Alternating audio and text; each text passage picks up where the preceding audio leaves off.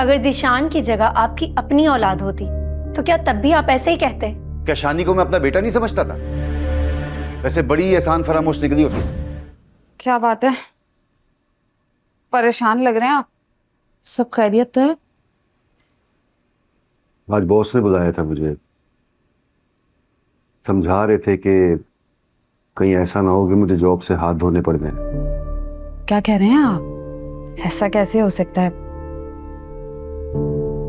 आपकी शराफत तो पूरे ऑफिस में मशहूर।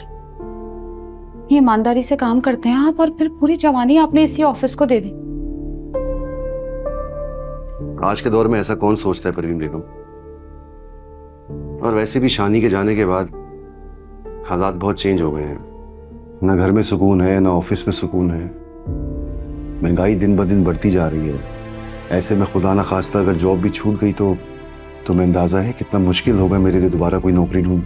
कह तो आप बिल्कुल ठीक रहे हैं, बुरा मत मानिएगा, लेकिन मुनासिब होगा आप ये बात अपनी भतीजी को समझाएं। एक बार साफ साफ बिठा के पूछने के मेहरुन्निसा आप चाहती क्या? अल्लाह बख्शे, शानी तो इस दुनिया से चला गया, लेकिन उसकी खातिर हम तो जिंदा दरगोर नहीं हो सकते ना। समझ रहे ना मैं क्या कह रही हूँ? बस भाभी, बहुत हो गया। मैं इससे ज्यादा बर्दाश्त नहीं कर सकता। आज बात मेरी जॉब पर आ गई है, आप खुद सोचिए। अगर मेरी जॉब ना रही तो मैं क्या करूंगा? बहुत अफसोस की बात है वैसे चाचू। अगर ज़ीशान की जगह आपकी अपनी औलाद होती तो क्या तब भी आप ऐसे ही कहते? देख रही हैं भाभी आप कैसी जुबान चल रही है आपकी बेटी की? क्या शानी को मैं अपना बेटा नहीं समझता था? मेहरुन्निसा चुप रहो। वैसे बड़ी एहसान फरामोश निकली हो तुम। तुम्हारे बाप के मरने के बाद किसने तुम बहन भाइयों को सहारा दिया? किसने पाला तुम सबको बाप बन के? मैंने पाला ना। फिरोज तुम बिल्कुल ठीक कह रहे हो। अब मेहरुन्निसा ना समझ है, इसकी बात का बुरा मत मानो। अरे भाभी बस रहने दे। बच्ची कह कह के आपने उसको सर पे चढ़ा लिया।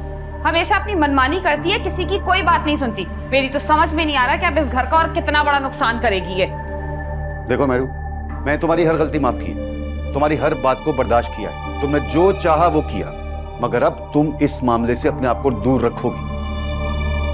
और हाँ, मैं तुम्हें आखिरी बार ये बात समझा रहा हूं, अगर अब भी तुमने अपनी मनमानी की तो मैं तुम्हारा इस घर से निकलना बंद कर दूंगा। मगर चाचू, मैं कुछ भी हो जाए शानी के कातलों को सजा दिलवा कर रहूंगी। मेरू, परेशान होने की जरूरत नहीं है।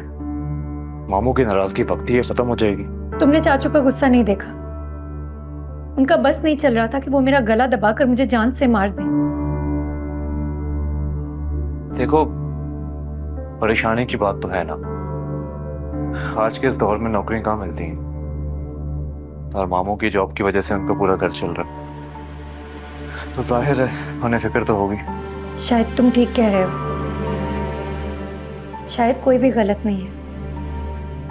वक्त और हालात ही ऐसे हो गए कि इसने हम सबको एक दूसरे के मुखालिफ खड़ा कर दिया। मैंने आज तक किसी से मदद नहीं मांगी, किसी से सहारा नहीं मांगा। जो किया है खुद किया। मुझे तो किसी से मदद लेना पसंद ही नहीं है, बल्कि मुझे दूसरों की मदद करना अच्छा लगता है। मेहरू, मैं जानता हूँ कि तुम खुददार भी हो और बहादुर भी, मगर अब नहीं हो शायद। राफे, मुझे इस जंग में तुम्हारा साथ चाहिए। बोलो, तुम मेरा साथ दोगे ना? क्यों नहीं, मैं तुम्हारे साथ हर कदम पे खड़ा हूं। तुम मुझे कभी अकेला नहीं छोड़ोगे ना? कभी भी नहीं।